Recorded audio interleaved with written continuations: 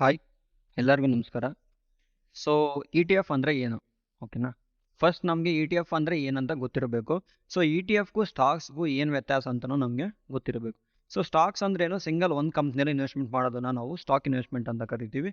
E T F ಅಂತ ಹೇಳಿದ್ರೆ over all sector ಮೇಲೆ ಇನ್ವೆಸ್ಟ್ಮೆಂಟ್ ಮಾಡೋದನ್ನು ನಾವು ಇ ಟಿ ಎಫ್ ಅಂತೇಳಿ ಕರಿತೀವಿ. ಓಕೆನಾ. ಇದು ಯಾವ ಥರ ಅಂತ ಹೇಳಿದ್ರೆ, ಸ್ಟಾಕಲ್ಲಾದರೆ ನಾನು ಫಂಡಮೆಂಟಲ್ ಅನಾಲಿಸಿಸ್ ಮಾಡಬೇಕು, ಟೆಕ್ನಿಕಲ್ ಅನಾಲಿಸಿಸ್ ಮಾಡಬೇಕು, ಎಲ್ಲ ನಾನು ನೋಡಬೇಕು, ಕರೆಕ್ಟ್ ಎಂಟ್ರಿ ಎಕ್ಸಿಟ್ ಎಲ್ಲ ಪರ್ಫೆಕ್ಟಲ್ಲಿ ಇದ್ದರೆ ಮಾತ್ರ ನಾನು ಪ್ರಾಫಿಟ್ ಮಾಡೋಕ್ಕೆ ಆಗುತ್ತೆ.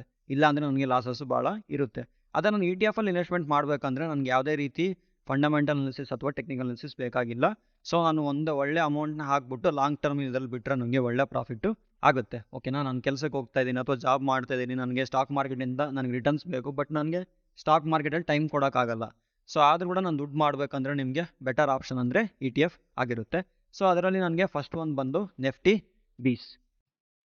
ಸೊ ಫಸ್ಟ್ ಒಂದು ನನಗೆ Nifty BeES. So Nifty BeES ಅಂದ್ರೆ ಏನು? ಸೊ ನೆಫ್ಟಿ 50 ಇಂಡೆಕ್ಸ್ ಅಂತ ನೀವು ಕೇಳಿರ್ತೀರ. Nifty bank Nifty, fin Nifty ಈ ಥರ ಇಂಡೆಕ್ಸ್ ಕೇಳಿರ್ತೀರಲ್ಲ. ಸೊ ಅದೇ ಥರ ಇದು ನಿಫ್ಟಿ 50ನ ಫಾಲೋ ಮಾಡುತ್ತೆ ನೆಫ್ಟಿ ಬೀಸ್. ಸೊ ನೆಫ್ಟಿ 50 ಅಂದ್ರೆ ಏನು? ಇಂಡಿಯಾಗೆ ಟಾಪ್ ಮೋಸ್ಟ್ 50 ಕಂಪ್ನೀಸ್ ಏನಿದಾವಲ್ಲ ಅದನ್ನು ನಾವು ನೆಫ್ಟಿ 50 ಇಂಡೆಕ್ಸ್ ಮಾಡಿದ್ದೀವಲ್ಲ, ಆ ಇಂಡೆಕ್ಸ್ನ ಫಾಲೋ ಮಾಡೋದೇ ಈ ನೆಫ್ಟಿ ಬೀಸ್ ಆಗಿರುತ್ತೆ. ಸೊ ಇದ್ರ ಪ್ರೈಸ್ ಬಂದು ನನಗೆ 273 ರೂಪಾಯಿಗೆ ಓಡ್ತಾ ಇದೆ. ಸೊ ಇದ್ರ 1 ಇಯರ್ ರಿಟರ್ನ್ಸ್ ನೋಡಿದ್ರೆ ನೀವು 26% ಇದೆ.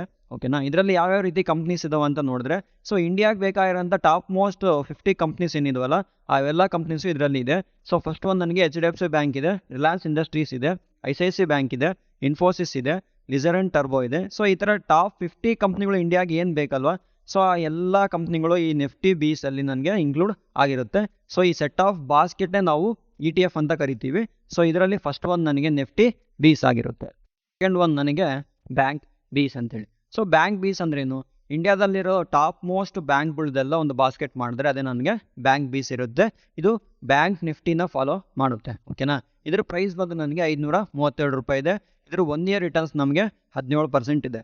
ಸೊ ಇದರಲ್ಲಿ ನೀವು ಒಂದು ಏನು ನೆನ್ಪಿಟ್ಕೋಬೇಕು ಅಂತ ಹೇಳಿದ್ರೆ, ಸೊ ಇನ್ ಕೇಸ್ ಏನಾದರೂ ನೀವು ಯಾವುದೇ ಬ್ಯಾಂಕಲ್ಲಿ ಹೋಗಿ ಎಫ್ ಡಿ ಮಾಡಿದ್ರೆ, ಸೊ ಫಿಕ್ಸ್ ಡೆಪಾಸಿಟ್ ಮಾಡಿದ್ರೆ ನಿಮಗೆ ಕೊಡೋದೇ 6.5%. ಅದೇ ನೀವು ಬ್ಯಾಂಕ್ ಬೀಸ್ ಮೇಲೆ ಇನ್ವೆಸ್ಟ್ಮೆಂಟ್ ಮಾಡಿದ್ರೆ ವರ್ಷಕ್ಕೆ ನೀವು 12% ರಿಟರ್ನ್ಸ್ ಅಂತೂ ಖಂಡಿತವಾಗಿ ತಗೋಬೋದು. ಓಕೆನಾ.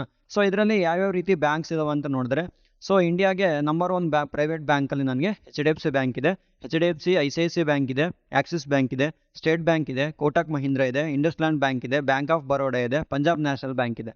ಸೊ ಇದೇ ಥರ ಇಂಡಿಯಾ ಟಾಪ್ ಮೋಸ್ಟ್ ಬ್ಯಾಂಕ್ಗಳು ಯಾವ್ಯಾವ ಇದಾವಲ್ಲ, ಸೊ ಅವೆಲ್ಲ ಸೆಟ್ ಆಫ್ ಬಾಸ್ಕೆಟ್ನೇ ನಾನು ಬ್ಯಾಂಕ್ ಬೀಸ್ ಅಂತೇಳಿ ಕರಿತೀನಿ. ಸೊ ನಿಮಗೆ ಮಾರ್ಕೆಟಲ್ಲಿ ಏನು ಮಾಡ್ಬೇಕು ಗೊತ್ತಾಗ್ತಿಲ್ಲ, ಎಲ್ಲಿ ಇನ್ವೆಸ್ಟ್ಮೆಂಟ್ ಮಾಡೋಕ್ಕೆ ಅರ್ಥ ಆಗ್ತಿಲ್ಲ ಅಂತ ಹೇಳಿದ್ರೆ ನೀವು ಇ ಟಿ ಎಫಲ್ಲಿ ಇನ್ವೆಸ್ಟ್ಮೆಂಟ್ ಮಾಡೋದನ್ನು ಪ್ರಿಫರ್ ಮಾಡಬೇಕು. ಸೊ ನೆಕ್ಸ್ಟ್ ಒಂದು ಬರೋದು ನನಗೆ I T BeES. So I ಟಿಗೆ ಸಂಬಂಧಪಟ್ಟಿರೋ ಎಲ್ಲ ಕಂಪ್ನಿಗಳಲ್ಲಿ ಇನ್ವೆಸ್ಟ್ಮೆಂಟ್ ಮಾಡಬೇಕು ನೀವು ಅಂತ ಹೇಳಿದ್ರೆ, over all I T sector ಮೇಲೆ ಇನ್ವೆಸ್ಟ್ಮೆಂಟ್ ಮಾಡಬೇಕು ಅಂತ ಹೇಳಿದ್ರೆ ನೀವು so Nippon India E T F Nifty I ಟಿನ ಸೆಲೆಕ್ಟ್ ಮಾಡೋದು ಅಥವಾ ಐ ಟಿ ಬೀಸ್ನ ಸೆಲೆಕ್ಟ್ ಮಾಡ್ಬೋದು. ಓಕೆನಾ.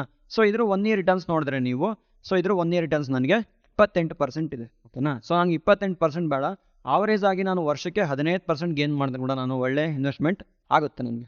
ಓಕೆನಾ. ಸೊ ಇದರಲ್ಲಿ ಯಾವ್ಯಾವ ಕಂಪ್ನಿ ಇದಾವೆ ಅಂತ ನೋಡಿದ್ರೆ ನನಗೆ, ಸೊ ಇನ್ಫೋಸಿಸ್ ಇದೆ, ಟಾಟಾ ಕನ್ಸಲ್ಟೆನ್ಸಿ ಸರ್ವಿಸಸ್ ಇದೆ, ಟೆಕ್ ಮಹೀಂದ್ರ ಇದೆ. ಸೊ ಐ ಟಿಗೆ ಸಂಬಂಧಪಟ್ಟಿರೋ ಎಲ್ಲ ಟಾಪ್ ಮೋಸ್ಟ್ ಇಂಡಿಯಾ ಕಂಪ್ನಿಗಳು ಏನಿದಾವಲ್ಲ, ಸೊ ಅವೆಲ್ಲವೂ ಬಾಸ್ಕೆಟ್ ನನಗೆ ಐ ಟಿ ಬೀಸ್ ಆಗಿರುತ್ತೆ.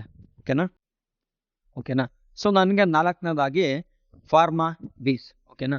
ಸೊ ಫಾರ್ಮಾ ಸೆಕ್ಟರ್ ಏನಿದೆ ಅಲ್ಲ, ಸೊ ಯಾವತ್ತು ಬೀಳಲಾರದ ಸೆಕ್ಟರ್ ಏನಿದೆ ಅಂದರೆ ಅದು ಫಾರ್ಮಾ. ಸೊ ಎಂಥ ಕರೋನಾ ಟೈಮಲ್ಲಿ ಕೂಡ ನಮಗೆ ಫಾರ್ಮಾ ಸೆಕ್ಟರ್ ಕೆಲಸ ಮಾಡ್ತಾನೆ ಇತ್ತು. ಸೊ ಅದಕ್ಕಾಗಿ ಸೊ ಯಾವುದೋ ಒಂದು ಕಂಪ್ನಿ ಮೇಲೆ ಇನ್ವೆಸ್ಟ್ಮೆಂಟ್ ಮಾಡೋದಕ್ಕಿಂತ ಸೊ ಓವರ್ ಆಲ್ ಸೆಕ್ಟರ್ ಮೇಲೆ ಇನ್ವೆಸ್ಟ್ಮೆಂಟ್ ಮಾಡೋದು ನನಗೆ ಫಾರ್ಮಾ ಬೀಸ್ ಆಗಿರುತ್ತೆ. ಇದು ಕೇವಲ 21 ರೂಪಾಯಿ ಇದೆ. ಸೊ ಇದ್ರದ್ದು 1 ಇಯರ್ ರಿಟರ್ನ್ಸ್ ನೀವು ನೋಡಿದ್ರೆ ಸೊ 49% ಇದೆ. ಓಕೆನಾ. ಸೊ ಇದರಲ್ಲಿ ಯಾವ್ಯಾವ ಕಂಪ್ನಿಗಳು ಇದಾವೆ ಅಂತ ನೀವು ಕೆಳಗಡೆ ಸ್ಕ್ರೋಲ್ ಮಾಡಿ ನೋಡಿದ್ರೆ, ಸೊ ಸನ್ ಫಾರ್ಮಾ ಇದೆ, ಸಿಪ್ಲಾ ಇದೆ, ಡಾಕ್ಟರ್ ರೆಡ್ಡಿ ಇದೆ, so Divi's laboratory, Lupin limited. ಸೊ ಈ ಥರ ಇಂಡಿಯಾಗೆ ಫಾರ್ಮಾದಲ್ಲಿ ಯಾರ್ಯಾರು ಟಾಪ್ ಮೋಸ್ಟ್ ವರ್ಕ್ ಮಾಡ್ತಾರಲ್ವ ಆ ಕಂಪ್ನಿಗಳಿದಾವಲ್ಲ, ಸೊ ಎಲ್ಲ ಕಂಪ್ನಿಗಳು ಇದರಲ್ಲಿ ನನಗೆ ಇನ್ಕ್ಲೂಡ್ ಆಗಿದೆ. ಸೊ ಇದನ್ನೇ ನಾನು ಫಾರ್ಮಾ ಬೀಸ್ ಅಂತೇಳಿ ಕರಿತೀನಿ. So over all pharma sector ಮೇಲೆ ಇನ್ವೆಸ್ಟ್ಮೆಂಟ್ ಮಾಡಬೇಕಂದ್ರೆ ನಾನು ಫಾರ್ಮಾ ಬೀಸಲ್ಲಿ ಇನ್ವೆಸ್ಟ್ಮೆಂಟ್ ಮಾಡ್ತೀನಿ. ಸೊ ಲಾಸ್ಟ್ಗೆ ನನಗೆ ಆಟೋ ಬೀಸ್. ಸೊ ಏನಂದರೆ ಓವರ್ ಆಲ್ ಆಟೋ ಸೆಕ್ಟರ್ ಮೇಲೆ ಇನ್ವೆಸ್ಟ್ಮೆಂಟ್ ಮಾಡೋದು. ಸೊ ಸಿಂಗಲ್ ಕಂಪ್ನಿಯಲ್ಲಿ ಹಾಕೋದಕ್ಕಿಂತ ಟಾಟಾ ಮೋಟರ್ಸು, ಮಾರುತಿ ಸುಜುಕಿ ಈ ಥರ ಸಿಂಗಲ್ ಕಂಪ್ನಿ ಹಾಕೋದಕ್ಕಿಂತ ಓವರಾಲ್ ಆಟೋ ಸೆಕ್ಟರ್ ಮೇಲೆ ಇನ್ವೆಸ್ಟ್ಮೆಂಟ್ ಮಾಡೋದನ್ನ ನಾನು ಆಟೋ ಬೀಸ್ ಅಂತೇಳಿ ಕರಿತೀನಿ. ಸೊ ಇದ್ರದ್ದು 1 ಇಯರ್ ರಿಟರ್ನ್ಸ್ ನೋಡ್ಬೋದು ನೀವು 64% ಇದೆ. ಸೊ ಇದ್ರ ಪ್ರೈಸ್ ಬಂದು ನನಗೆ 258 ರೂಪಾಯಿ ಇದೆ. ಸೊ ಇದರಲ್ಲಿ ಟಾಪ್ ಮೋಸ್ಟ್ ಆಟೋ ಸೆಕ್ಟ್ರಲ್ಲಿ ಕೆಲಸ ಮಾಡೋಂಥ ಇಂಡಿಯಾದ ಎಲ್ಲ ಕಂಪ್ನಿಗಳು ಇದೆ. ಸೊ ಮಹೀಂದ್ರ ಆ್ಯಂಡ್ ಮಹೀಂದ್ರ ಆಗಿರ್ಬೋದು, ಮಾರುತಿ ಸುಜುಕಿ ಆಗಿರ್ಬೋದು, ಟಾಟಾ ಮೋಟರ್ಸ್ ಆಗಿರ್ಬೋದು, ಬಜಾಜ್ ಆಟೋ ಆಗಿರ್ಬೋದು, ಸೊ ಹೀರೋ ಮೋಟೋ ಕ್ಯಾಪ್ ಆಗಿರ್ಬೋದು, ಈಚರ್ ಮೋಟರ್ಸ್ ಆಗಿರ್ಬೋದು, ಟಿ ವಿ ಎಸ್ ಮೋಟರ್ಸ್ ಆಗಿರ್ಬೋದು. ಸೊ ಈ ಥರದ ಇಂಡಿಯಾಗೆ ಏನು ಟಾಪ್ ಮೋಸ್ಟ್ ಆಟೋ ಸೆಕ್ಟ್ರಲ್ಲಿ ಕೆಲಸ ಮಾಡೋಂಥ ಎಲ್ಲ ಕಂಪ್ನಿಗಳು ಇದರಲ್ಲಿ ಇನ್ಕ್ಲೂಡ್ ಆಗಿದೆ. ಸೊ ಆಟೋ ಸೆಕ್ಟರ್ದು ಸೆಟ್ ಆಫ್ ಬಾಸ್ಕೆಟ್ನೇ ನಾವು ಸೊ ಆಟೋ ಬೀಸ್ ಅಂತೇಳಿ ಕರಿತೀವಿ. ಸೊ ETF ಯಾವಾಗಲೂ ಯಾಕೆ ಬೆಟರ್ ಆಗಿರುತ್ತೆ ಅಂತ ಹೇಳಿದ್ರೆ, ಸೊ ಸಿಂಗಲ್ ಕಂಪ್ನಿ ಫೇಲ್ ಆಗೋ ಸಾಧ್ಯತೆ ಇರುತ್ತೆ, ಬಟ್ ಓವರಾಲ್ ಸೆಕ್ಟರ್ ಯಾವತ್ತೂ ಫೇಲ್ ಆಗಲ್ಲ. ಸೊ ನಾವು ETF ಅಲ್ಲಿ ಇನ್ವೆಸ್ಟ್ಮೆಂಟ್ ಮಾಡೋದ್ರಿಂದ ಸೊ ಓವರಾಲ್ ಎಲ್ಲ ಸೆಕ್ಟರ್ ಮೇಲೆ ಇನ್ವೆಸ್ಟ್ಮೆಂಟ್ ಮಾಡೋ ಕಾರಣ ನಮ್ಮ ದುಡ್ಡು 100% ಆಗಿ ಸೇಫ್ ಆಗಿರುತ್ತೆ.